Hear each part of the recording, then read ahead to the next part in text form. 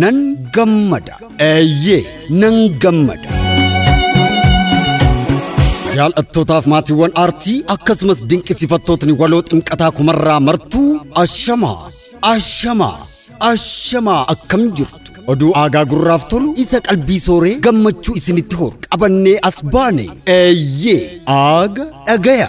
Bitootessa 10 dilbata waaree booda galma giddu gala aadaa Oromoo magaalaa Finfinneetti kitaaba kuusaa walaloo mata dureen isaa nan gammada jedhu eebbisiisuudhaaf dhangaa aartii guddaa qopheessinee isin maatii aartii biyya keessaaf biyya alaa jirtan maraan jaalalaaf kabajaan isin affeerranne. Nan gammada.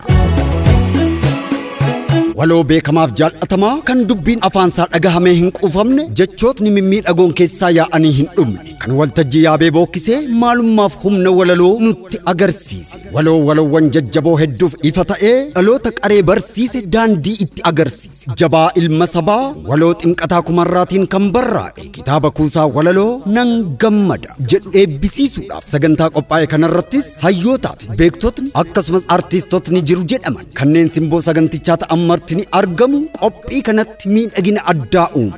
Egaa waan ofii abbaatu jabeeffataa jedhama mitiiree maarree jaallattootaaf maatiiwwan aartii akkasumas dinqisiifattootni waloo jabaa kanaa kan biyya keessaaf ala jirtan hundinuu maatii fi hiriyaa aantee fi firoottan keessan affeeruudhaan irratti hirmaadha. Dhangaawwan aartii hedduu mi'aawan soorachaa bohaaraa bashannanaa irraas waa barachaa dilbata miidhagaa nu waliin dabarfadha.